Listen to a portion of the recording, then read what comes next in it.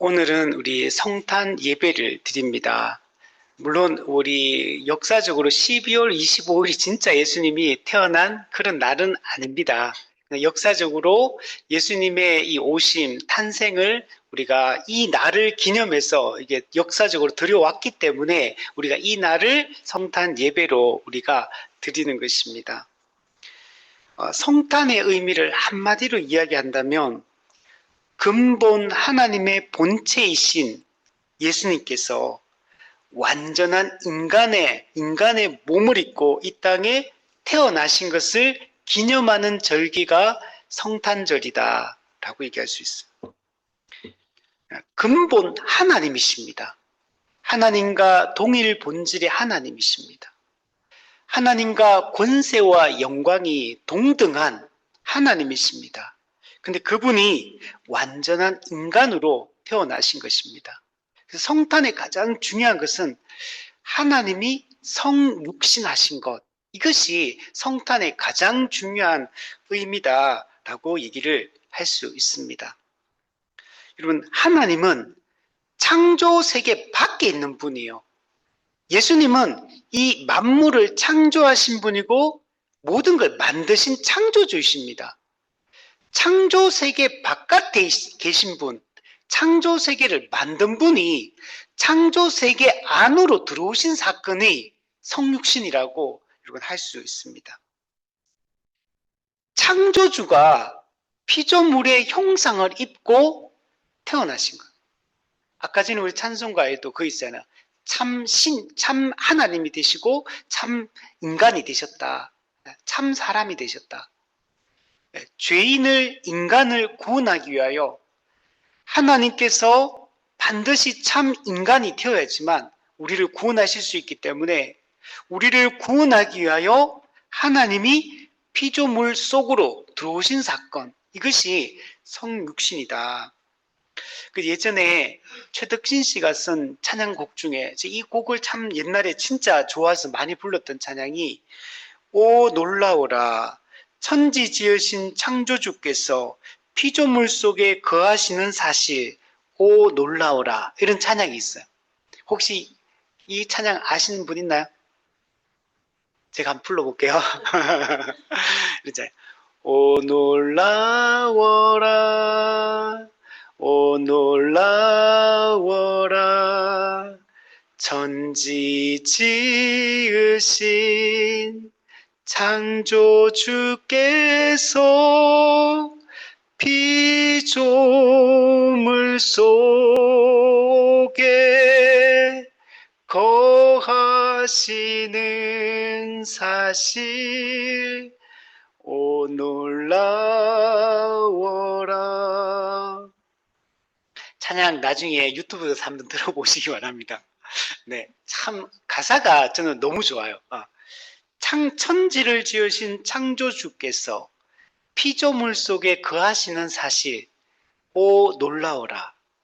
이게 예수님의 성탄이고 예수님의 성육신의 의미인 겁니다.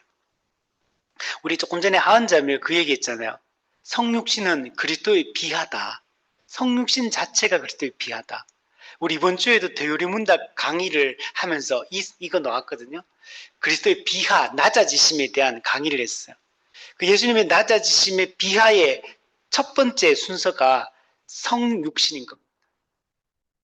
창조주께서 피조물을 형상을 입고 혈과 육을 지니시는 이 사건, 이게 가장 예수님의 비하의 최초의 그 시작점이에요.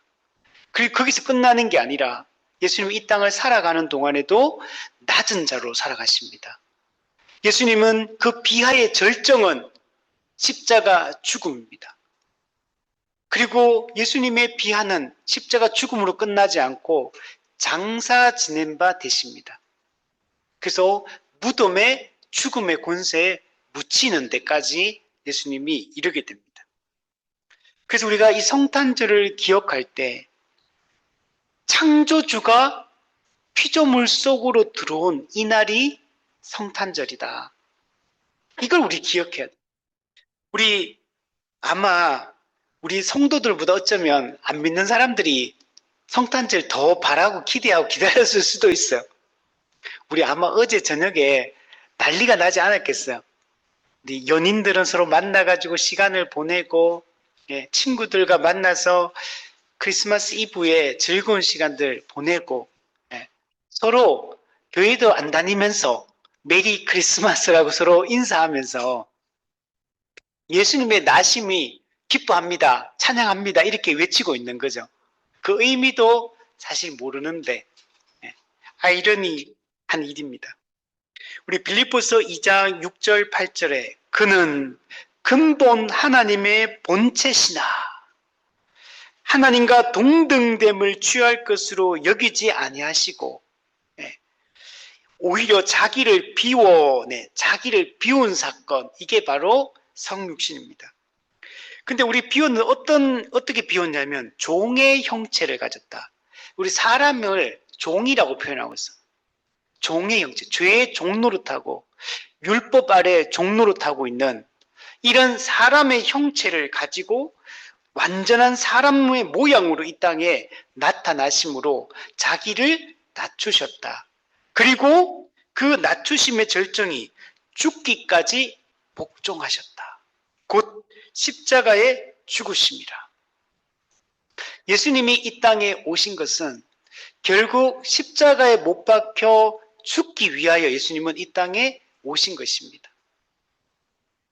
예수님이 이 땅에 오셔서 영광 받으려고 오신 게 아니에요. 사람들이 오병이어 사건에 의해 대단한 예수님의 그 능력을 경험하고 사람들이 예수님을 억지로 임금 삼으려고 하거든요. 근데 예수님은 그들을 떠나십니다. 그리고 이 사람들이 예수님을 우리의 왕이라고 외칠 때마다 예수님은 그들을 조용히 시킵니다. 예수님은 진정한 왕이심에도 불구하고 사람들은 전혀 예수님을 알아보지 못했던 것을 볼 수가 있는 것입니다. 우리 오늘 본문 18절 말씀을 보면 이렇게 시작합니다. 예수 그리스도의 나심은 이러하니라. 우리 18절. 앞부분에 17절까지 족보 이야기를 하고 나서 예수 그리스도의 나심은 이러하니라 이렇게 얘기합니다. 쉬운 성경은 예수 그리스도는 이렇게 태어나셨습니다. 이렇게 어떻게 태어났는지를 밑에 쭉 설명을 해주고 있어요. 마리아와 요셉이 약혼을 정혼을 했는데 그러나 아직은 동거를 하지 않는 상태예요. 왜냐하면 이스라엘 사람들은 약혼, 정혼이 곧 결혼하고 똑같아요. 우리의 약혼 개념과 다릅니다. 우리는 약혼했다고 아직 법적 부부가 된 건 아니잖아요. 근데 여기서는 약혼, 정혼이 곧 결혼이에요. 그래서 이미 법적 부부가 되는 겁니다. 그러나 아직 같이 동거, 같이 살진 않아요. 1년 동안은 약혼하고 나서 1년 동안은 부모 집에 살다가 1년이 지나면 남편이 아내를 데리고 와가지고 이제 데리고 가서 이제 함께 실제로 이제 생활을 같이 하기 시작합니다. 그러나 이미 약혼한 이때는 법적 부부예요. 그러나 아직은 동거하지 않는 이런 상태입니다. 자, 이런 상태에서 이제 성령으로 잉태되어서 아기 예수님이 태어나게 되는 겁니다. 그래서 이 과정을 쭉 설명을 해주고 있는 겁니다. 예수님의 이 탄생 과정을 상세하게 설명해 주고 있습니다. 다른 성경에는 이걸 기록을 없어요. 그죠? 오직 마태복음에서만 이게 상세하게 이 과정을 설명해 주고 있는 것을 볼 수가 있습니다. 근데 마태는 예수님의 나심에 대한 이 기사를 기록하기에 앞서서 1절부터 17절의 내용에 보면 예수님의 족보에 대한 얘기를 먼저 하고 있는 것을 볼 수가 있습니다. 앞부분 1장 1절에 보면 아브라함과 다윗의 자손 예수 그리스도의 계보다, 이게 대전제가 되는 말씀을 먼저 선포하고 나서 2절부터 아브라함이 이삭을 낳고 이렇게 쭉 와서 결국 16절에 보면 야곱은 마리아의 남편 요셉을 낳았으니 마리아에게서 그리스도라 칭하는 예수가 나시니라. 그래서 아브라함부터 예수님까지 이 족보를 기록을 하고 있습니다. 근데 1장 1절에 보면 이 1장 1절은 뭐냐면 구약 성경 39권 전체를 요약한 말씀이 이 1장 1절이요. 아브라함의 자손, 다윗의 자손, 예수 그리스도의 계보, 족보 다 얘기요. 아브라함과 다윗 있잖아요. 이건 아브라함 언약을 성취하시는 분. 다윗 언약을 성취하는 아브라함의 자손, 다윗의 자손이신 그 예수 그리스도. 즉 구약에 오실 메시아에 대한 구약 성경 전체를 한 문장으로 요약한 게 이 1장 1절이에요. 그리고 구약 성경 전체가 무엇을 얘기하고 있는가를 명확하게 보여줘요. 구약 성경 전체는 예수 그리스도 메시아에 대한 이야기를 하고 있었고 그 구약 예언의 성취로 예수님이 이 땅에 탄생하는 것이다. 예수님이 나시는 것이다 라는 걸 미리 18절에 예수님의 나심은 이러하니라 하기 전에 족보 이야기를 통해 가지고 이걸 보여주고 이러고 있는 겁니다. 여러분, 예수님의 나심은 여러분 구약 성경에 기록된 그 예언의 성취다, 약속의 성취다 라는 걸 아주 강하게 여기서 강조를 해주고 있는 겁니다. 여러분, 예수님은 구약에 예언된 그 여자의 후손, 모세와 같은 선지자, 고난의 종, 언약의 사자, 이새의 줄기에 나온 싹, 다니엘서의 인자 같으니 그 유다 베들레헴에 태어날 자, 나귀를 타실 자, 죽음의 권세를 이기고 부활하실 자, 철장으로 온 세상을 열방을 깨뜨릴 자, 하나님 나라를 회복하실 자, 이분이 바로 메시아고 그분이 구약에 예언되었고 그분이 드디어 이 땅에 때가 참에 오셨다는 거예요. 말씀이신 그분이 태초에 말씀이 계시니라. 그 말씀이 하나님과 함께 계셨다. 그 말씀이 곧 하나님이시다. 근데 그 말씀이 곧 육신이 되어 이 땅에 오셨다. 그분이 예수 그리스도. 구약 예언의 성취, 메시아 약속의 성취가 바로 이 성탄, 성육신이다 라고 말씀을 하고 있는 겁니다. 여러분, 예수님은 구약 성경에 예언된 대로 이 땅에 인간의 몸을 입고 오신 것입니다.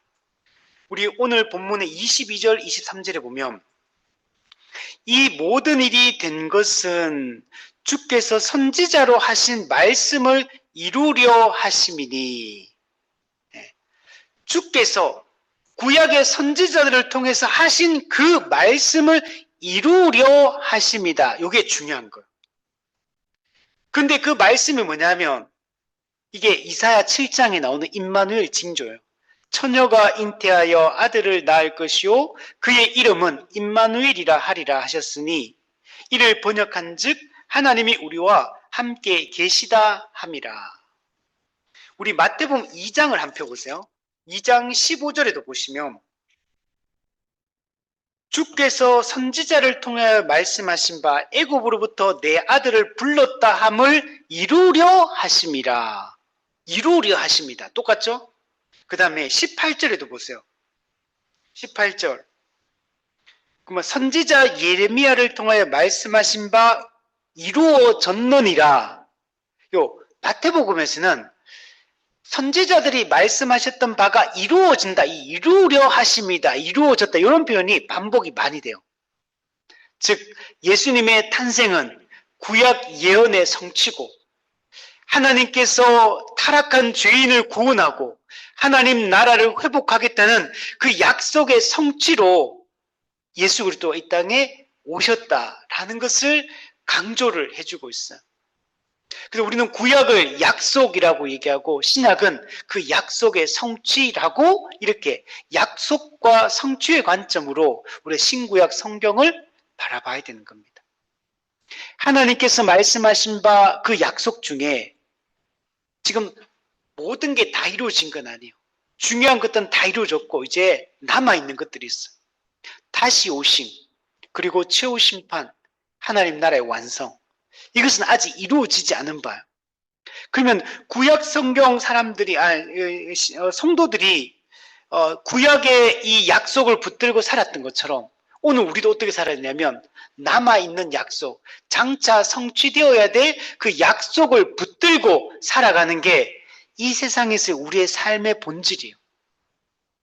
한마디로 얘기하잖아요. 구약 성경 전체 시대를 마태복음 1장 1절 한 구절로 그냥 요약해버리듯이 오늘 우리의 삶 인생 전체도 우리가 몇 년을 살지는 알지 못하지만 우리 인생 100년 이 전체는 한마디로 얘기하면 그 장차 이루어질 약속을 붙들고 그 약속의 성취를 소망하며 메시아의 다시 오심을 기다리며 우리가 살아가는 것. 이것이 우리가 이 땅에서 살아가야 될 삶의 모습입니다.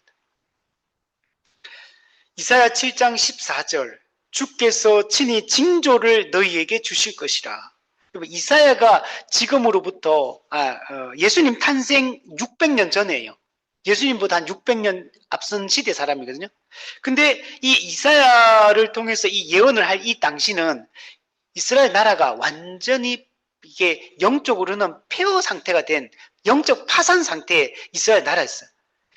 왕은 말씀으로 통치하지 않고 제사장들은 하나님의 제사를 업신여기고 선지자들은 거짓 예언을 일삼고 백성들은 정의를 굽고 공의를 시행하지 않으며 다 부패하고 타락해서 그래서 이사야 그 말씀에 보면요. 그냥 성전문을 닫았으면 좋겠다. 말라기는 똑같이 너무나 하나님의 백성들 부패하고 타락하고 왕, 선지자, 제사장, 기름 부음 받은 자들이 다 앞에서부터 타락하고 변질되어 있다 보니까 하나님이 그냥 너희가 더 이상 예배를 드리지 말라고 하나님이 해서 결국 그래서 바벨론에게 포로 당하게 하고 나라를 멸망시키기 일보 직전의 상황이에요. 근데 그때 하나님이 이사야 7장 14절에 이 예언을 주신 거예요. 주께서 친히 징조를 너희에게 주실 것이라. 보라, 처녀가 잉태하여 아들을 낳을 것이요 그의 이름을 임마누엘이라 하리라. 예수님의 성육신은 이 어둠과 죽음의 그늘 아래서 영원한 멸망에 처해질 수밖에 없는 그들에게 그들을 긍휼히 여기사 하나님이 은혜의 말씀을 선포하신 그것이 지금 성취되는 게 이게 성육신인 거예요. 이스라엘의 포로, 멸망, 그는 죄에 대한 하나님의 심판을 상징하거든요. 그런데 하나님은 그들을 완전히 버리신 게 아니었어요. 하나님이 택하신 자기 백성을 그들이 지금은 일시적으로 포로되게 하고 그들을 징계하시고 책망하시지만 이들을 완전히 하나님이 버리시는 것이 아니라 그들을 구원하기 위해 이 임마누엘 징조를 약속하고 있는 거예요. 이것이 드디어 아기 예수님이 이 땅에 탄생하심으로 그것이 성취되고 있는 것을 볼 수가 있는 겁니다. 예수님의 탄생은 여러분 아무 계획 없이 갑자기 하나님이 돌발적으로 태어나게 하신 게 아니라는 겁니다. 세상을 구원하기 위한 하나님의 그 구원 경륜의 그 절정의 순간에 일어난 사건이 바로 성육신 사건, 예수님의 탄생 사건이라는 겁니다. 창세기 3장 15절에 하나님은 여자의 후손을 보내줄 것이고 여자의 후손이 뱀의 머리, 사탄의 권세를 깨뜨리고 그 죄의 종로로 타고 있는 이 죄인들을 구원해 내시겠다고 약속하셨어요. 그게 드디어 여러분 성취가 되고 있는 겁니다. 구약의 메시아 예언 구절들이 너무나 많아요. 우리가 그래서 성경을 볼 때 그리스도 중심적으로 구약 성경을 읽지 않으면 구약 성경 해석을 할 수가 없어. 그리스도를 통한 이 구속사의 관점으로 구약 성경을 해석하지 않으면 성경을 제대로 이해할 수 없어요. 그래서 우리가 구약 성경을 해석할 때 어떻게 하냐면 1차적으로 성경 연구를 할 때 당시의 의미를 찾아요. 1차 독자들, 그 당시 사람들에게 구약 성경은 어떤 의미였는가 1차적으로 찾아야 돼요. 두 번째, 근데 오늘날 이게 보편적으로는 이게 어떤 의미인가? 이 보편적 의미 또는 신학적 의미를 또 찾아야 돼요. 그리고 나서 그 다음에 나갈 과정이 뭐냐면 그리스도 안에서 이것이 어떻게 성취되었는가? 그리스도의 성취의 관점에서 해석을 또 해야 돼요. 그래서 우리가 그리스도 중심적으로 구약성경 읽으면 구약성경 여러분 그리스도가 무수하게 드러나고 있다는 걸 알 수 있어요.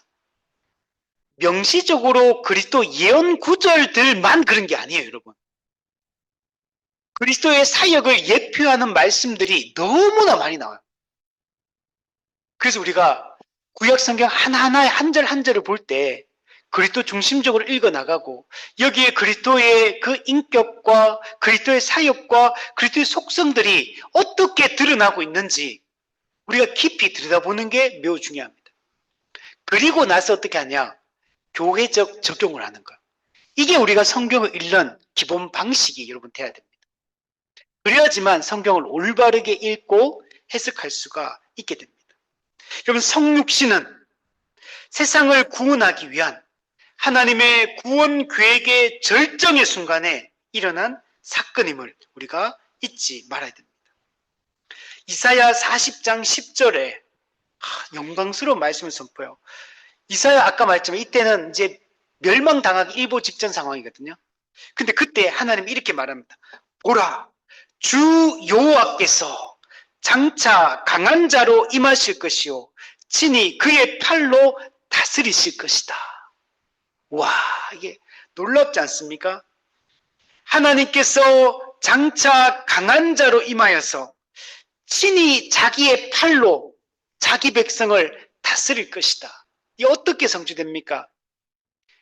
하나님이 택정하신 중보자 메시아 사람이신 그리스도를 이 땅에 보내어서 그분의 통치를 통해 하나님의 이 통치가 여러분 시행이 되고 있는 겁니다. 이 놀라운 일들이 우리 가운데 여러분 일어나게 된 겁니다. 그래서 우리가 성육신 이 우리 성탄 예배를 드리며 이걸 깊이 생각하고 이게 그냥 우리 상투적으로 와닿지 않았으면 좋겠어요. 우리는 매년 성탄 예배를 드리다 보니까 우리는 이게 그냥 그냥 절기상 그냥 지키는 것이다. 그냥 절기로 그냥 지킨다. 그냥 성탄 예배 드리고 한다. 무의미하게 마음에는 아무 감동 없이 깊이 이것을 묵상하고 나를 들여다보고 하는 거 없이 이번 주에 철로역정 강의를 했는데 그 회심의 체험이라는 과를 공부를 했거든요. 거기 보면 우리가 말씀 앞에 섰을 때 죄인됨을 깊이 인식하고 내 죄가 얼마나 크고 하나님의 진노가 얼마나 두려운 걸 알고 그분 앞에서 깊이 회개하면서 하나님의 은혜를 갈구하며 그렇게 회심하게 된다. 이렇게 얘기하거든요. 우리가 오늘 성탄 예배를 드릴 때 우리 죄를 깊이 인식해야 돼요. 예수님이 하나님이신 근본 하나님이 이 땅에 인간의 낮고 천한 몸을 입고 오시지 않으면 이 죄의 문제를 해결할 수 없을 만큼 우리 죄가 너무나 심각하고 너무나 크다는 걸 얘기하는 거예요. 그분이 오셔서 하나님의 저주, 율법의 저주를 받지 않으면 하나님의 진노를 받지 않으면 우리가 구원받을 수 없기 때문에 그분이 낮고 천한 인간의 몸을 입고 오셔서 십자가의 그 저주의 죽음에 그분이 내어지신 겁니다. 이게 없이 우리가 구원받을 수 없다는 걸 얘기하는 거예요. 그래서 오늘 우리가 타락한 인간인 우리가 얼마나 큰 죄인이고 하나님의 진노가 얼마나 두렵고 무서운 것인가를 깊이 인식하고 회개하면서 근데 이 여기서 우리를 건져주신 하나님의 은혜를 정말 기뻐하며 그분께 영광 돌리고 이 초대교회 사람들은 엎드려 경배하잖아요. 보부의 합을 열어서 기뻐하잖아요. 근데 우리는 이 모든 걸 이미 다 본 자고 다 알고 있는 자니까 이 목자들보다는 동방 박사들보다는 이 당대 사람들보다는 더 깊은 지식과 이해를 가지고 있고 더 영광 돌리고 더 엎드려 절하는 기뻐하는 그런 우리가 되어야 된다는 겁니다. 예수님의 탄생은 하나님 나라를 회복하기 위한 오심이에요. 예수님의 성육신으로 말미암아 예수님 우리가 잃어버린 하나님 나라를 다시 우리가 얻을 수 있게 된 것입니다. 여러분, 예수님의 이 땅에, 예수님의 탄생은 두 가지 의미가 있어요. 예수님은 단지 우리를 구원하기 위해서만 오신 분이 아닙니다. 예수님의 나심은 구원과 심판의 두 측면을 여러분 가지고 있는 겁니다. 누가복음 2장 34절에 보라, 이는 이스라엘 중 많은 사람을 패하거나 흥하게 하며 비방을 받는 표적이 되기 위하여 오셨다. 예수님이 비방받는 표적이 되심으로, 예수님이 고난을 당하심으로 우리를 어떻게 해요? 우리 죄인들을 패하게도 하고 흥하게도 한다는 거예요. 심판도 하시고 구원도 하신다는 거예요. 이사야 40장 10절에도 보면 보라, 상급이 그에게 있고 보응이 그의 앞에 있으며, 상급, 상도 그에게 있고 보응, 벌도 그의 앞에 있어요. 그럼 예수님은 믿는 자를 구원하고 믿지 않는 자를 벌하기 위해 예수님 이 땅에 오신 겁니다. 예수 성탄은 믿는 자들에게는 기쁨의 날, 지극히 높은 곳에 계신 그 하나님께 영광 돌리고 찬양하는 날이지만, 믿지 않는 자들에게는, 거듭나지 않는 자들에게는 이 성탄절은 여러분 죽음이 선포되는 날이고 심판이 선포되는 날이라는 걸 기억해야 돼요. 믿지 않는 자들이, 진정으로 복음을 기뻐하지 않는 교회 안에 있는 불신자들이 메리 크리스마스 인사하는 게 그게 얼마나 그 두려운 일인가를 생각해야 돼요. 예수님의 오심이 믿는 자에게 기쁜 소식이지 믿지 않는 자에게는 심판 소식이에요. 우리가 이걸 깊이 생각해야 돼요. 조나단 에드워즈가 모든 죄인은 지옥의 뚜껑 위를 걷고 있다. 모든 인간은 지금 지옥의 뚜껑 위를 걷고 있다는 거. 그 지옥의 뚜껑이 어느 순간에 와장창 그냥 깨지고 그냥 지옥으로 뚝 떨어지는 게 이게 인생이라는 거. 나중에 예수님 오실 그때 지옥의 뚜껑이 올라가는 게 아니에요. 인생 자체가 태어나는 순간부터 모든 죄인들은 지옥의 뚜껑 위에, 그 얇은 뚜껑 위에 지금 걸고 있는 거예요. 우리 겨울에 살얼음판에 있는 것처럼 어느 순간에 얇은 얼음 위에 있으면 이게 흔들흔들거려, 얼음이. 그러다 뚝 깨져버려요. 여러분, 태어나서부터 모든 죄인들, 원죄해가지고 태어난 모든 인간들은 지옥의 뚜껑 위에 살고 있고, 그 지옥의 살얼음판 위에 지금 우리가 서 있는 거라는 사실을 잊지 말아야 되는 겁니다. 그래서 조나단 에드워즈가 진노하신 하나님의 손에 붙들린 죄인들이라는 이 설교를 통해서, 그 설교는 여러분 사람들에게 무서움을 주려고 하는 설교가 아니에요. 그 설교는 복음을 선포하는 설교예요, 여러분. 복음을 전하기 위해서 조나단 에드워즈가 그 설교를 했던 거예요. 근데 그 내용은 80%가 전부 다 우리 인간이 어떤 존재인가를 설명하고 있고, 우리가 현재 어떤 위치에 있고 어떤 상태에 놓여 있는가가 설교 내용의 80%를 차지해요. 그리고 마지막 순간에 우리가 어떻게 여기서 건진받느냐, 성육신하신 예수 그리스도, 그분의 십자가 사역을 통해 그분을 믿는 자가 거기서 건짐을 받는다. 이게 조나단 에드워즈가 복음을 전하는 방식이에요. 폴 워시 목사님의 이 책들을 보고 그 설교를 들어보면 이분의 메시지도 조나단 에드워즈 매우 비슷해요. 죄인들을 그냥 그 폴 워시 목사님 그 설교 들어온 성도들은 다 은혜 받으려고 와요. 그래서 막 은혜가 충만하고 기쁨과 위로와 감사와 소망이 넘치 이런 걸 기대해. 근데 폴 워시 목사님의 책들이나 이 읽어보면, 설교를 들어보면 다 책망의 말씀. 아니 물론 이제 뭐 대놓고 누군가를 표적으로 삼아 이런 게 아니라 근본적인 얘기들을 꺼내요. 인간이 어떤 존재고 이 세상의 본질이 어떤 것이고 악의 실체가 버젓이 살아서 지금 역사하고 활동하고 있고 얼마나 교묘하게 이 세상의 악한 문화를 통해서 우리를 넘어뜨리고 있는지를 얘기해요. 제가 이번 주에 미국 교회가 망하고 있다라는 유튜브 제목이 딱 뜨더라고요. 그 제가 들어서 무슨 내용인가 살펴보면 이분이 미국에 사는 분이 한국 사람인데 미국 교회가 어떻게 세워져 왔는가를 역사적으로 설명을 쫙 해주더라고요. 그래서 미국 교회가 어떻게 어떤 과정으로 무너지고 있는가를 설명해 주는데 우리가 미국 교회가 대형화되고 막 큰 게 얼마 안 돼요, 여러분. 대형 교회가 미국 교회도 생긴 지가 얼마 안 돼요. 그 절정이 언제였냐면 윌로우 크릭 교회, 그 빌 하이베스 목사님의 윌로우 크릭 교회, 닉 오렌 목사 세들백 교회, 긍정의 힘을 썼던 조엘 오스틴의 이런 네이코드 교회, 또 옛날에 긍정, 적극적 사고방식이었던 로버트 슐러 목사님 수정교회, 이런 교회들이 미국에 대형화되면서 대형 교회가 됐어요. 미국 교회는 대형 교회라 해도 10,000명, 20,000명은 잘 안 넘어가요. 우리나라처럼 막 몇만 명, 10만 명 이렇게 안 돼. 미국 교회는 대형 교회가 초대형 교회도 그냥 막 크야 2만 명, 10,000명 정도 돼요. 근데 그게 한국에도 그대로 다 들어왔죠. 그래서 리고레 목사의 목적이 이끄는 삶, 조엘 오스틴의 긍정임, 그런 게 미국 교회가 그 막 대형화되면서 구도자 예배, 열린 예배 하면서 막 하면서 확 늘어났어요. 그래서 그때부터 찬양 막 엄청나게 도입하고 문화적인 거 도입하고 막 그런 목사님들도 양복 안 입고 전부 다 설문해 보니까 이게 불편하다는 거예요. 사람들이 편안하게 일상복으로 이제 설교하기 시작하고 모든 걸 그런 식으로 바꿨어요. 근데 윌로우 크릭 빌 하이베스 목사님이 자기 목회를 돌아보면서 고백했던 게 있어요. 이분이 뭐라 했냐면 자기 목회는 실패했다. 미국에서 제일 큰 교회 됐는데 미국에서 그 초대형 교회를 이루었고 그 중심에서 했던 사람이거든요.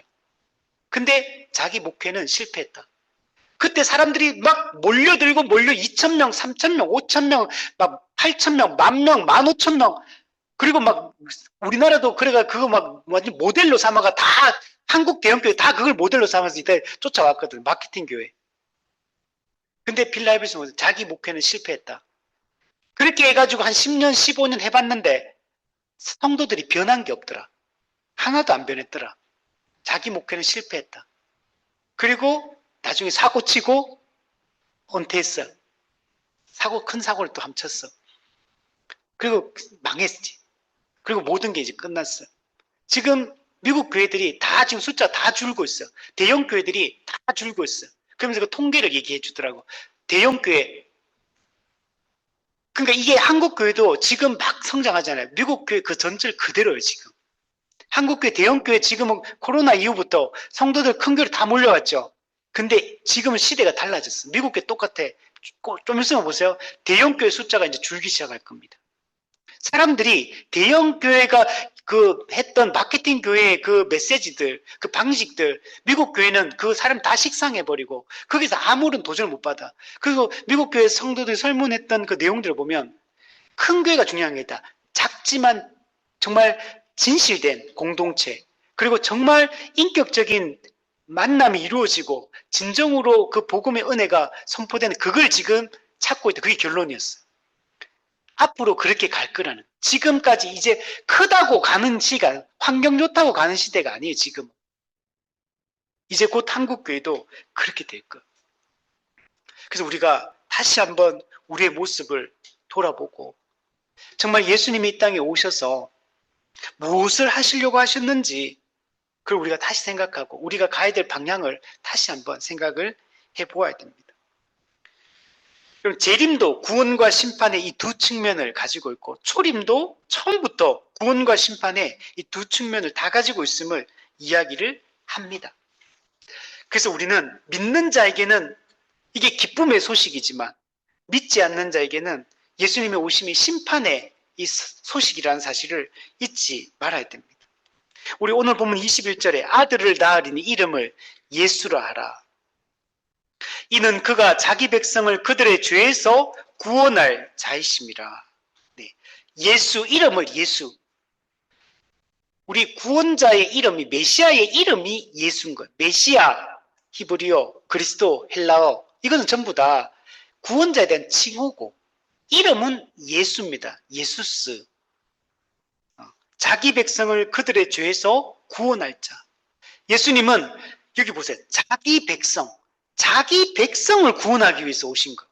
그래서 우리 개혁주의에서는 예수님의 십자가 이 땅에 오심과 십자가 죽음의 목적을 설명할 때 보편 속죄가 아니라 제한 속죄다. 택한 자기 백성을 구원하기 위하여 예수님은 십자가를 지신 것이지 보편 속죄, 모든 인간을 위하여 십자가를 진 게 아니다. 제한 속죄라고 이렇게 얘기합니다. 예수님의 속죄의 효력은 사실 모든 사람을 구원하고도 남을 효과와 능력을 가지고 있어요. 그러나 목적이 그걸 위해서 예수님이 십자가를 지신 게 아니다. 자기 백성을 구원하기 위하여 십자가에 못 박힌 것이다. 그러니까 구원하고자 하는 대상이 창세전에 하나님이 택한 자기 백성을 위하여 여러분 십자가를 지시고 그 십자가를 지기 위하여 성육신 하신 것이다. 이렇게 생각해야 돼요. 그리고 예수님의 오심은 일시적인 방문이 아니에요.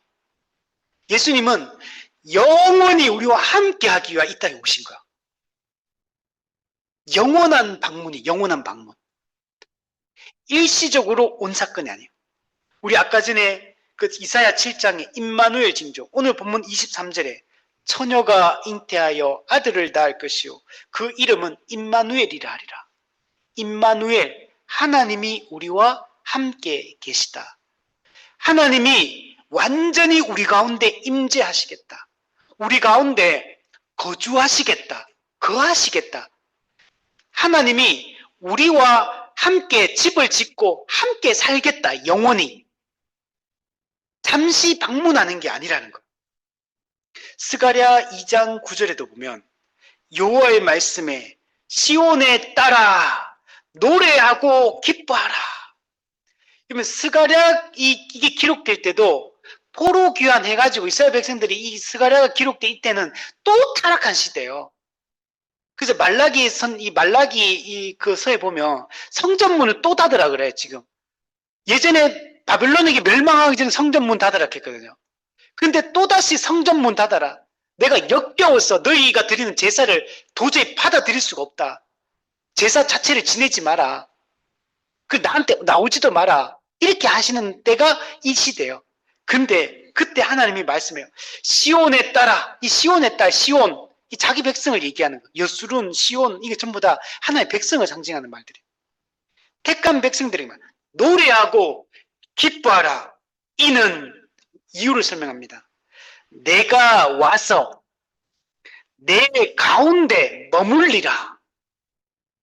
하나님이 자기 택한 자기 백성들에게 와서 네 가운데 영원히 머물겠다.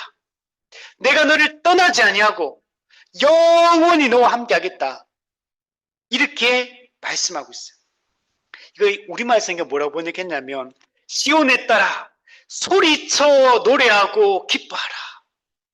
지금 현실 상황은 사실 되게 안 좋아. 지금 상황은 모든 게 다 부정적이야. 현실 상황은 기뻐할 게 없어. 그 당시는. 근데 소리쳐 노래하고 기뻐하라. 왜냐? 내가 와서 너희와 함께 살겠다. 이게 예수님의 성육신의 여러분 의미인 겁니다. 예수님이 이 땅에 오셔서, 예수님의 오심은 그래서 누구의 오심이냐? 하나님의 오심이에요. 예수님의 오심이 곧 하나님의 통치를 이루기 위한 하나님의 오심. 하나님이 이 땅에 내려온 사건. 예수님의 오심으로 하나님의 통치가 여러분 다시 시작되었습니다. 그 하나님의 통치가 시작되므로 우리가 무엇을 누리게 되냐면 의와 평강과 희락을 누리게 되었어요. 우리 로마서 14장 17절 하나님의 나라는 먹는 것과 마시는 것이 아니요 오직 성령 안에 있는 의와 평강과 희락이라. 의, 하나님과 올바른 관계 속에 들어가게 되었고 평강, 하나님과 올바른 관계에 있음으로 누리게 된 결과, 그리고 희락, 기쁨, 이걸 우리가 누리게 여러분 된 겁니다. 성도의 특징은 뭐냐? 하나님과 올바른 관계 속에 있는 사람이에요. 하나님을 아버지라 부르고 우리는 아들의 명분, 아들의 신분을 얻은 자가 되었고 하나님은 우리를 자기의 자녀로 입양, 양자로 삼아주십니다. 그래서 하나님은 우리를 아들로 대우하시기 시작합니다.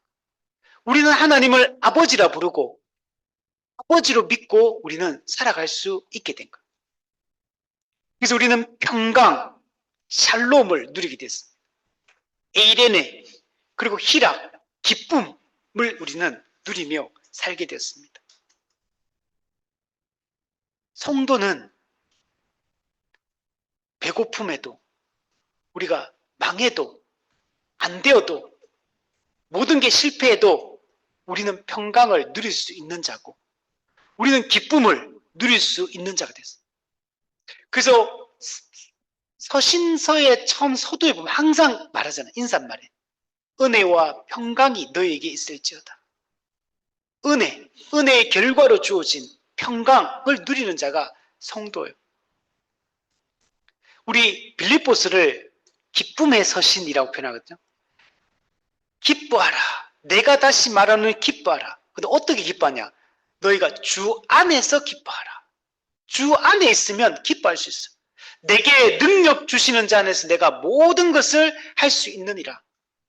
내가 자족하기를 배웠다. 내가 궁핍에 처할 줄도 알고 풍부에 처할 줄도 알고 배부름과 배고픔에 일체의 비결을 배웠다. 주 안에 있기 때문에 우리는 자족할 수 있는 거예요. 우리 자족의 의미를 지난주에 얘기했잖아요. 잘 돼도 안 돼도 망해도 하나님을 신뢰하는 거, 이게 자족하는 거. 그리스도 안에서 만족하는 거죠. 참된 만족과 기쁨은 오직 주 안에서만 가능한 것입니다. 우리 성경이 보면 우리가 전체 이 구도를 볼 때 하나님 나라의 관점으로 이해해야 된다, 그렇죠? 우리가 복음을 이해할 때는 예수 십자가 복음이라는 관점과 하나님 나라 복음이라는 이 두 관점으로 복음을 이해할 때 바르게 이해할 수 있어요. 먼저 하나님 나라 관점으로 성경 전체를 이해를 해야지만 복음, 뭐가 기쁜 소식인지를 알 수 있어요. 그리고 그 하나님 나라 복음의 그 절정이 뭐냐면 예수 십자가인 거. 그래서 우리가 예수 십자가 복음을, 예수 십자가를 통해 진정한 복음이 가능해졌고 하나님 나라의 회복이 이루어지기 때문에, 그래서 반드시 이 하나님 나라 관점이라는 큰 틀에서 복음을 이해하고, 그리고 그 절정에 해당하는 예수 십자가의 관점, 예수 십자가 복음이라는 관점으로 이 복음 굿뉴스를 우리가 이해를 해야 돼요. 예수님의 이 땅에 오심은 그 복음 유앙겔리온이 선포되는 거예요. 여러분 아까 말했잖아요. 마지막 포로기한 이후에 타락해가지고 다 하나님의 성전문 다시 닫으라 그랬어. 그리고 신구약 중간기 400년 동안 하나님이 예언을 안 준, 계시를 안 해요. 멈추지 않았던 계시가 멈춰버립니다. 그러면 창세기가 기록되는 순간부터 시작해서 말라기 성경이 기록될 때까지 이 기간 동안 한 번도 성경이 멈춘 적이 없어요. 모세오경을 모세가 기록하거든요. 그때 언제냐면 출애굽 이후에 가나안 그 땅에 들어가기 전이에요. 그러니까 광야, 그때 그 모압 평지에서 아마 기록했을 것도 보통 보는데 그때 기록한, 그때는 1400년 BC. 그리고 나서 말라기가 이제 기록되니까 예수님 오기 전 400년 전이니까 거의 한 1000년 동안 구약 성경이 다 기록이 된 거예요. 그때 동안 한 번도 하나님이 계시를 안 준 적이 없어요. 항상 선지자를 보내서 계시의 말씀을 주시거든요. 근데 이 말라기 이때를 딱 마지막 기점으로 400년 동안 멈춰버려요. 계시를 안 하는 시점. 그래서 이 신구약 중간기를 영적 암흑기라고 표현하는 거예요.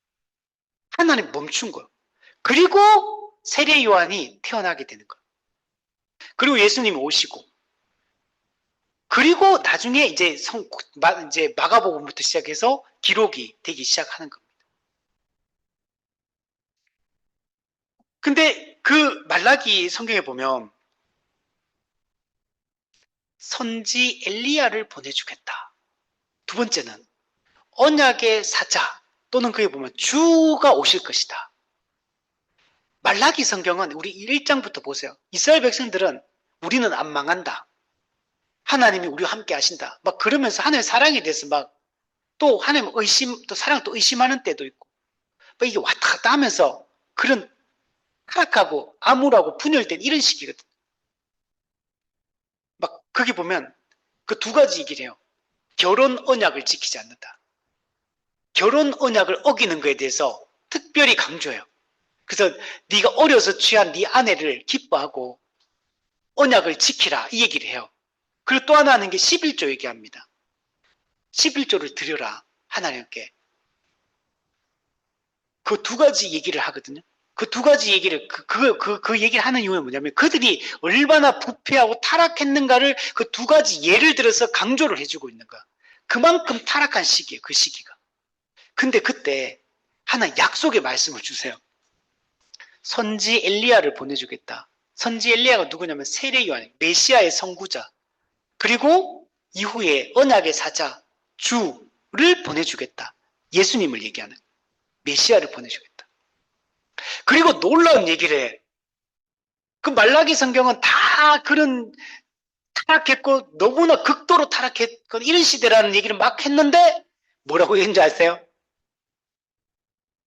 열방에서 이방 땅에까지 복음이 선포될 것이다. 이방인들이 주께로 돌아오게 될 거다. 열방이 주께로 돌아오게 될 거다. 이 얘기를 또 해. 그걸 반복적으로 몇 번에 걸쳤어요. 놀랍지 않습니까? 타락해서 징계받아 영원히 멸망해야 될 그들인데 그들은 하나님을 대하는 걸 보면 그 메시지를 선포하면서도 선지 엘리야와 메시아를 보내주겠다고 말씀하시고 그 메시아의 오심으로 어떤 일이 일어나느냐? 열방이 주께로 돌아오게 될 거다.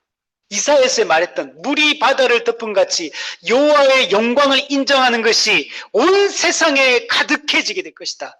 어떻게? 메시아가 오심으로. 장차 이렇게 될 거야. 지금 비록 교회는 지금 무너지고 있어요. 이번에 제가 내일 우리 성경부 하신 분들과 1박 이제 수련회를 하는데 그래서 제가 나눔하는데 그 나눔지를 먼저 만들었어요. 줬는데 제목이 뭐냐면 교회가 무너지고 있다. 그래서 교회가 무너지는 이유에 대해서 조너슨 리먼이 교회의 교인 등록이라는 책을 썼어요. 그 캐피톨 힐 교회 조너슨 리먼이 그 책에 보면 그 내용이 나와요. 교회가 지금 무너지고 있고 교회가 잘못된 방향으로 가고 있는 여러 가지 이유를 쭉 설명해요. 그러면서 이제 그걸 가지고 나눔을 하려고요. 그리고 나서 그 이외에도 교회가 왜 무너지고 있는지 그에 대한 얘기를 나누고 그리고 그럼에도 불구하고 왜 우리가 그냥 실망하고 그러면 우리가 이제 그죠? 낙심할 수밖에 없잖아요. 근데 그걸로 끝나는 게 낭망하는 게 아니라 왜 우리가 소망할 수 있는지 그 교회에 대한 얘기를 할 거예요. 왜 우리가 교회에 대해서 실망할 수밖에 없는지를 얘기하고 왜 우리가 교회를 소망할 수 없는지 왜 우리가 부정적으로 그죠? 무너지고 있다 이 얘기가 핵심이지만 그냥 우리가 진짜로 안 무너진다는 얘기를 왜 그렇게 우리가 강하게 확신할 수 있는지 그렇게 나눔을 얘기를 하려고 합니다. 그러면 예수님이 이 땅에 오심으로 이 모든 일들이 좀 가능해지게 된 겁니다. 하나님이 자신의 형상으로 인간을 창조하시고 친밀한 관계, 친밀한 결속과 생명의 관계로 사람과 하나님 관계를 맺었어요. 근데 사단의 교활한 속임수에 속아서 인간이 고의적으로 죄를 짓고 하나님과의 이 친밀한 결속과 생명의 관계를 파괴시켜 버렸습니다. 더 이상 인간은 이제는 하나님과 친밀한 교제를 할 수가 없어요. 타락 이후에 에덴 동산에서 아담과 하와가 하나님의 낯을 피하여 나무 사이에 숨어버려. 이게 인간의 상태가 되어버립니다. 베드로전서 2장 양과 같이 길을 잃었더니 우리 죄인들은 다 길을 잃은 사람들입니다. 타락한 인간을 성경은 길을 잃었다라고 이렇게 표현을 하고 있습니다. 그 결과 하나님과 우리는 영원한 분리, 언약적 저주를 우리는 받을 수밖에 없어요. 성경은 타락한 인간의 상태를 이렇게 묘사해 줍니다. 마음에 하나님 두기를 싫어하며 마음에 하나님 두기를 싫어해요.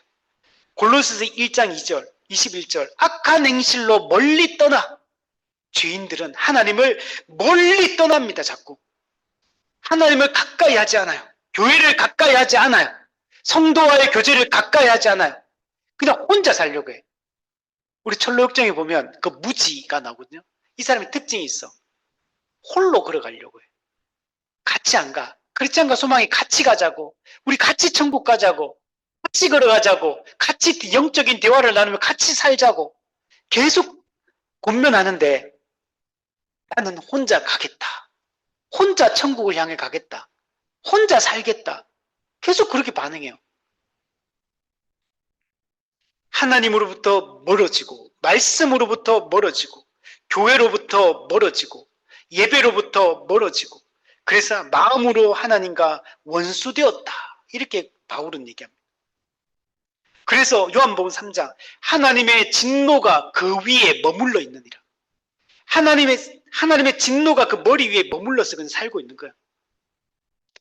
조난 에드워즈는 지옥의 뚜껑 위에 살고 있다. 이게 인간의 현재 모습. 하나님은 거룩하고 의로우시기 때문에 하나님의 그분의 성품으로부터 하나님은 진노가 발현되는 겁니다. 하나님은 거룩하고 의로우기 때문에 죄와 양립될 수도 없고 공존할 수도 없습니다. 하박국 1장 주께서는 눈이 정결하심으로 악을 참아보지 못하시며 패역을 참아보지 못하시느니라. 하나님은 죄를 미워하고 혐오하십니다. 회개치 않는 죄인을 미워하시고 진노하십니다. 우리 복음의 핵심 공부에 보면 하나님의 진노에 대한 얘기를 하는데 거기 보면 성경의 신구약에 하나님의 진노라는 표현이 진노, 분노, 노한다 이런 표현들이 몇 번 나오냐? 625번, 625회가 나온대요. 여러분 성경에 여러분 진노에 대한 얘기가 훨씬 많아요. 축복과 저주, 복과 저주를 선언하는 신명기 말씀이나 레위기 말씀에도 보고 출애굽기 말씀 이런 데 보면 저주에 대한 얘기가 훨씬 많아요. 하나님은 정결하신 분이에요. 하나님은 거룩하신 분이깁니다. 그래서 하나님은 진노하시는데 이 진노를 이성을 잃고 격분하여 소리치는 걸 연상해서는 안 된다. 하나님은 흥분하는 분이 아니다. 하나님은 일관성 없이 분노하시는 분도 아니다. 우리 사람은 일관성이 없거든요. 부모 교육할 때 항상 가장 중요한 게 뭐냐면 일관되게 말해라 이거거든요. 근데 저도 해보면 알지만 일관적이지가 않아. 어떨 때는 기준이 높았다가 어떤 기준이 낮아졌다가 내 부모의 마음 상태에 따라서 일관되게 행동을 안 하는 때가 많거든요. 근데 하나님은 그런 분이 아니에요. 하나님의 진노는 그분의 속성으로부터 나온다. 그래서 일관되고 확고하게 죄에 대해서 적대하고 분노하신다. 존 스토트 목사님, 악에 의해서만 일어나고 악에 대한 정죄 속에서만 표현되는 하나님의 계속적이고 확고한 적대이며 사적인 원한이나 안갚음이 아니기에 하나님은 그 적대자에 대해 감소되지 않는 사랑을 동시에 유지하신다. 하나님은 죄인을 진노하시면서도 사랑의 마음을 동일하게 유지하는 분이다. 이렇게 말하고 있습니다. 레온 모리스, 하나님의 진노는 악에 대한 하나님의 인격의 신성한 반발이며 강인한 반대다. 제임스 패커, 하나님의 진노는 그분의 거룩함에 반하는 모든 것에 대한 하나님의 혐오다. 혐오. 우리 혐오한다 말 쓰잖아요. 하나님은 죄를 그냥 싫어한다, 죄를 미워한다 정도가 아니에요. 하나님은 죄를 혐오하는 분이 혐오. 그것은 하나님께서 불쾌하신 것을 적극적으로 드러내실 때 발현된다. 하나님은 자신의 뜻에 반하는 것에 대해서 불쾌하게 생각하시고 불쾌한 것들에서 적극적으로 하나님을 밀어내고 그걸 물리치시는 분이다. 그것은 의로운 진노다. 분노가 다 나쁜 게 아니에요. 이건 분노가 좋은 분노가 있고 나쁜 분노가 있어요. 하나님도 의로운 분노를 하십니다. 예수님도 그 성전에서 채찍을 만들어서 의롭게 분노하시잖아요. 사도 바울도 보면요, 분노를 많이 해요. 분노가 다 나쁜 게 아니야. 성경에 반하고 하나님의 뜻에 반하는 것에 대해서 분노해야 돼요. 분노하지 않는 게 문제야. 우리가 이 세상의 정의와 공의에 대해서도 잘못된 것에 대해서 화가 날 때 화를 내고 분노를 표출해야 돼. 그래서 물론 이제 합법적으로 해야 되죠. 합법적으로 분노를 하고 저항을 하고 해야 돼요. 창조주의 도덕적 완전함이 피조물의 도덕적 어그러짐에 대해 보이는 의로운 반응이 하나님의 진노다. 하나님께서는 죄를 처벌하심으로써 진노를 표출하시는 것이 도덕적으로 의심스러운 게 잘못된 게 아니라 오히려 그분께서 그런 식으로 그분의 진노를 보여주시지 않으시는 것이 도덕적으로 의심스러운 것이다. 분노해야 될 때 하나님 분노하지 않는다면 그 하나님은 그저 비정상적인 하나님이라는 거예요. 분노해야 될 때 분노하는 것이 이게 정상적인 거라는 거예요. 우리가 성경에 명확한 기준이 있으면 잘못된 것에서 분노해야 돼요. 우리 그래서 교회론 공부할 때 제일 먼저 했던 말이 뭐예요? 교회에 대해 항상 실망하고 교회에 대해 항상 소망하자. 교회가 비성경적으로 나갈 때 실망하고 분노해야 돼요. 교회가 그러나 우리가 실망하고 자포자기하고 낙담하는 게 아니라 성경이 말하는 참된 교회에 대한 이 소망이 있기 때문에 그리고 하나님께서 이 교회를 붙들고 있고 보호하시기 때문에 참된 교회는 무너지지 않음을 확신하는 거예요. 그래서 우리 내일 다른 교회는 무너지고 있다. 이는 반어적인 것. 무너지고 있지만 사실 안 무너진다. 그 얘기를 하려고 하는 겁니다. 인간은 양 같아서 그릇 행하여 각기 제 길로 가거늘 죄인들은 하나님의 길을 버리고 각기 자기 길로 걸어가요. 이게 문제예요. 타락한 인간은 스스로가 자기로부터 의로움이 나올 수 있다고 생각해요. 철로역정의 그 무지도 자기 행위를 가지고 자기 공로를 가지고 자기는 당연히 구원받는다고 확신해. 그래서 뭐라는 줄 아세요? 내가 너에게 천국 가는 길을 알려주겠다 그래. 자기가 너무 확신이 강해. 자기 의가 너무 강해가지고 나는 아무런 도움이 필요 없다. 나는 구원의 길을 알고 있고 나는 그 길을 바르게 가고 있고 내가 너에게 길을 제시해 주겠다. 이렇게 생각을 해요. 근데 자기 길을 걸어가는. 근데 그 재밌는 표현이 있는데 이렇게 말해요. 크리스찬과 소망이 올바른 복음에 대한 얘기를 해요. 교회와 하나님 나라가 이 땅에서 어떤 관계성을 가지고 있고 우리가 어떻게 이 세상에 살아가야 되는 얘기를 쫙 해주거든요. 그때 이 무지가 뭐라고 하는지 아세요? 낯설다. 이렇게 낯설다. 참된 복음을 얘기했는데 낯설다. 이렇게 해요. 너무 낯설다. 오늘 제가 선포하는 이 말씀이 이게 낯설게 느껴지면 여러분은 가짜 그리스도인이에요. 이게 낯설면 안 돼. 이 성경적인 얘기를 하는데. 근데 여러분 참 희한해요. 믿지 않는 사람들이 메리 크리스마스 하면서 그들은 막 전혀 낯설어 하질 않아. 복음에 대해서. 낯설어야 되는데. 예레미야 2장에 보면 어찌하여 내 길을 바꾸어 부지런히 돌아다니느냐. 죄인들의 특징이 뭐냐면 하나님이 정한 진리의 길이 있는데 이 길을 바꿔가지고 잘못된 길을 막 부지런히 돌아다녀. 부지런히. 죄인들은 넓은 길에 들어서가지고 부지런히 일하고 부지런히 살아가고 부지런히 뭔가를 해. 그게 지옥에 더 빨리 가는 길이라는 것도 모르고 잘못된 길에 들어섰을 때는 빨리 하면 안 돼, 여러분. 거기서 가서는 게을러야 돼. 넓은 길에서 부지런한 사람은 지옥에 더 빨리 가요. 지옥으로 향하는 샛길로 더 빨리 들어가요. 넓은 길에서는 여러분 개미처럼 아니 배짱이처럼 게을러지시고 좁은 길에 들어왔을 때는 개미처럼 부지런해져야 돼요. 우리 그런 얘기해요. 로마 가톨릭에도 구원이 있습니까? 네. 그 교리대로 믿으면 구원이 없다. 그러나 이제 거기 가서 로마 가톨릭 성당에 다니면서도 거기 가서 교리도 공부하지 말고 성당도 자주 가지 말고 어쩌다 한 번씩만 가고 그냥 성경책만 열심히 읽고 성령님 기도하면서 그렇게 해라. 그러면 구원받을 가능성이 좀 높아진다. 맞잖아요.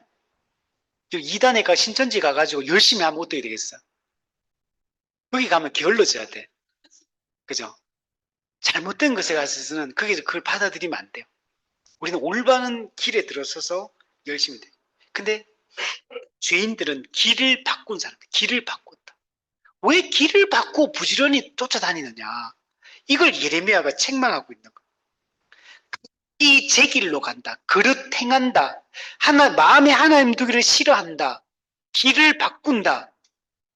이게 전부 다 타락한 인간의 특징을 왜 이렇게 하느냐? 에베소 4장에 보면 그 이유를 설명해줘요. 마음에 허망한 것으로 행하기 때문에. 마음이 안 바뀌었어. 새 마음으로 안 바뀌었어. 타락한 옛 마음을 가지고 있으니까 마음에 그 생각나는데 허망한 것으로 열심히 살아가기 때문에 그들은 총명이 어두워져 있어요. 그들 가운데는 무지합니다. 무지. 마음이 굳어져 있어요. 하나님의 생명에서 떠나 있는 자들이에요. 영적인 감각이 없어요. 자신을 방탕에 방임해요. 우리도 신자들도 이럴 수 있어요. 조심해야 돼요. 나를 방탕에 방임해서는 안 돼요. 무지한 길로 죽음의 길로 나를 방치해서는 안 돼요. 여러분 그래서 우리는 아무나 만나면 안 돼요. 그리스도인은 아무 곳에나 가면 안 돼요. 우리는 만날 사람 그리고 갈 수 있는 곳을 구별해야 돼. 일도 마찬가지로 할 수 있는 일이 있고 할 수 없는 일이 있는 거예요. 근데 아무거나 내가 선택하고 하는 게 아니에요. 생명의 길은 좁은 길입니다. 찾는 자가 적어요. 그래서 전력증에 뭐라면 이 좁은 길은 외로운 길이다. 찾는 사람 별로 없어. 지금도 외롭잖아요. 지금 저 시내 가면 지금 막 길이 막 복잡할 거야 아마. 카페마다 식당마다 다들 지금 메리 크리스마스를 즐기기 위해서 지금 여행 가고 계획을 세워서 아마 지금 방 잡기도 어려울 거야 아마. 메리 크리스마스를 즐기려고 지금. 다들 지금 기뻐하고 즐거워하고 있을 거야. 근데 우리는 지금 교회는 지금 외로운 길을 가고 있어. 찾는 이가 별로 없어. 우리는 이 길에서 벗어나야 됩니다. 하나님의 진리를 거짓 것으로 바꾸는 자들, 썩어질 것을 숭배하는 이런 미련한 자들, 여기서 우리를 구원하기 위하여, 이런 우리를 구원하기 위하여 예수님이 이 땅에 오신 것입니다. 여자의 후손을 보내줍니다. 누군가 희생을 통해 우리의 모든 죄의 문제를 해결하고 우리를 살려주겠다고 말씀하십니다.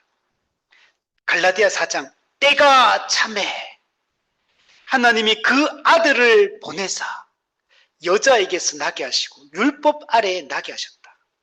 왜? 율법 아래에 있는 자들을 속량하시고 우리로 하여금 아들의 명분을 얻게 하기 위하여. 여러분, 율법 아래, 율법을 지켜야 의무 아래서 종로로 타는 자들을 구원하고 해방하기 위하여 오셨어요. 그래서 우리를 아들의 명분, 하나님의 자녀라는 신분을 얻게 하기 위해 예수님 오셨습니다.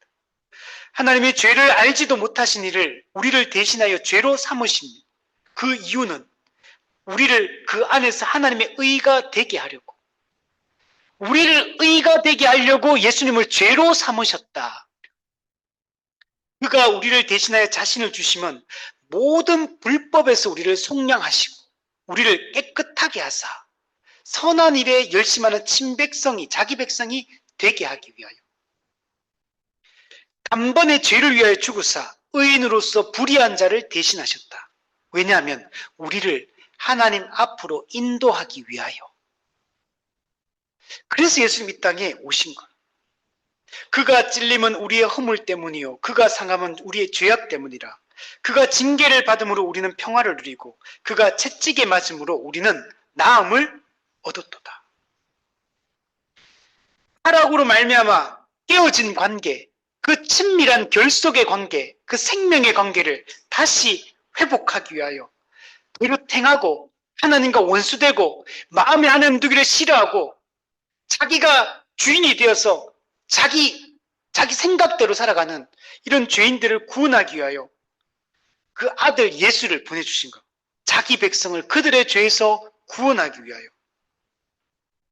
예수님 이 땅에 어떤 모습으로 왔습니까?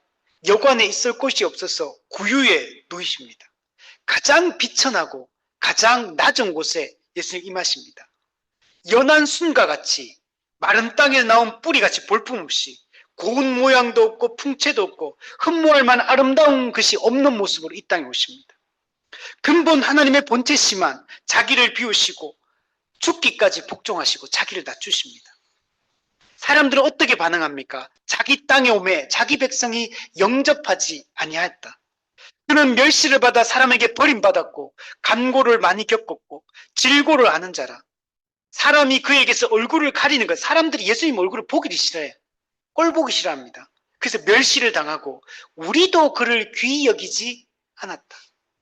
여우도 굴이 있고 공중에 새도 집이 있으되 인자는 머리 둘 곳이 없느니라. 십자가에 못 박아라, 십자가에 못 박아라. 사람들은 가시 침을 뱉고 주먹으로 얼굴을 치고 가시 면류관을 씌우고 자색 옷으로 예수님을 희롱하고 그렇게 조롱했습니다.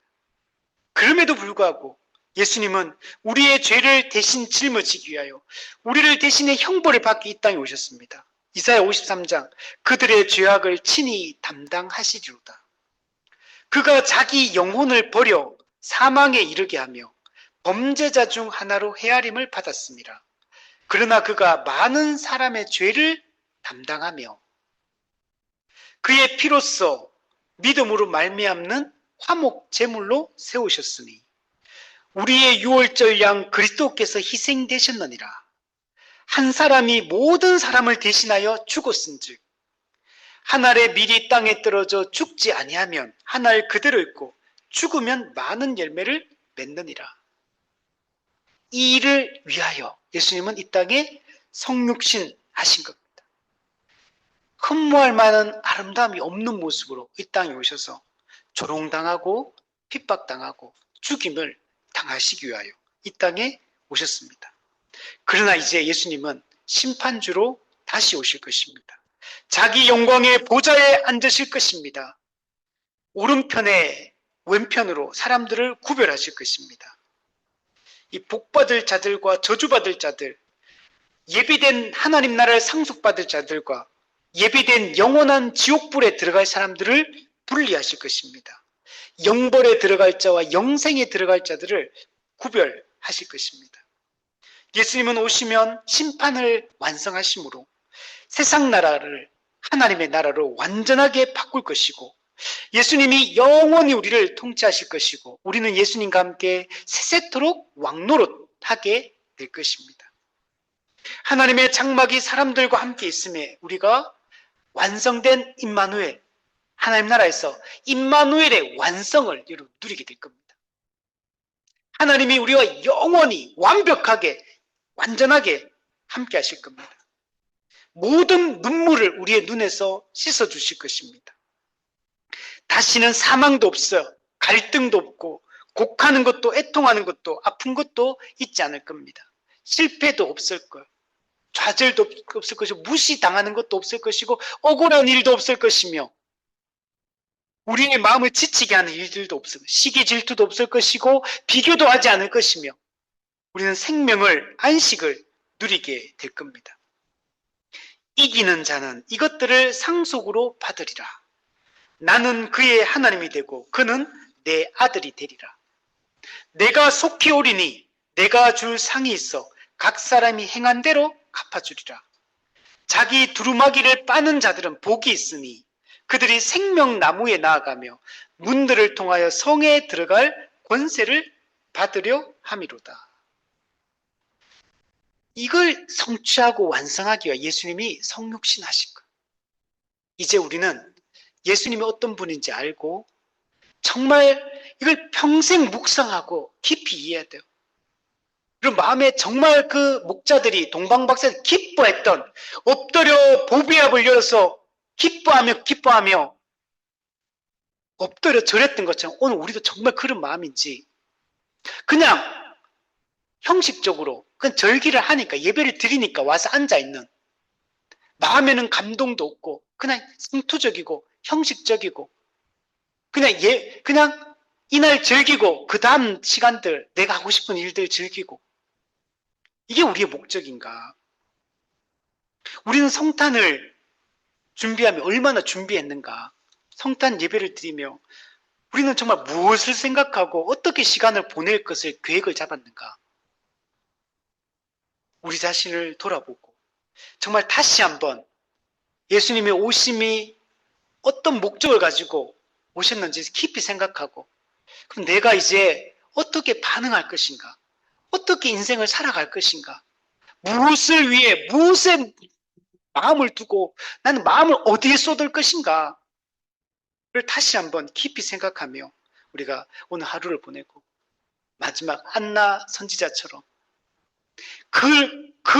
그에 대하여 사람들에게 말하니라. 예수님에 대해서 말하는 자, 예수님이 유일한 구원자이심을, 예수님을 믿지 않으면 죽음밖에 없다는 사실을 알게 하는 자가 돼야 돼.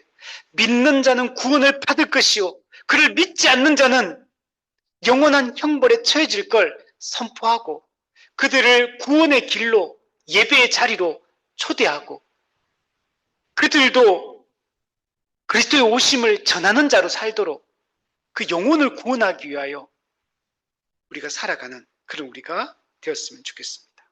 우리 한번 기도하겠습니다. 하나님 아버지, 우리는 마음이 둔하여서 자주 잊어버리고, 자주 마음이 냉랭해지고, 자주 마음이 무감각해지고, 심각한 문제점들을 우리는 가지고 있습니다.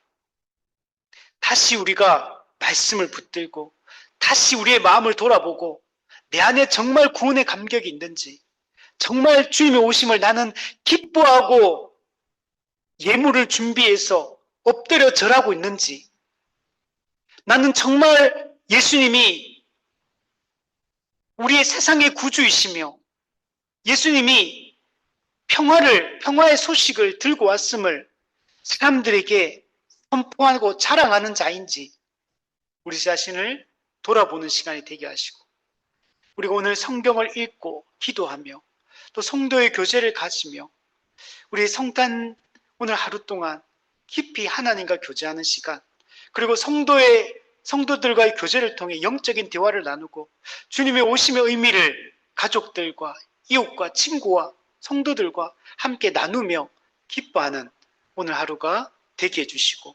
한평생 주님을 예배하며 살아가는 우리가 되게 하여 주옵소서. 감사드리며 예수님의 이름으로 기도드리옵나이다. 아멘.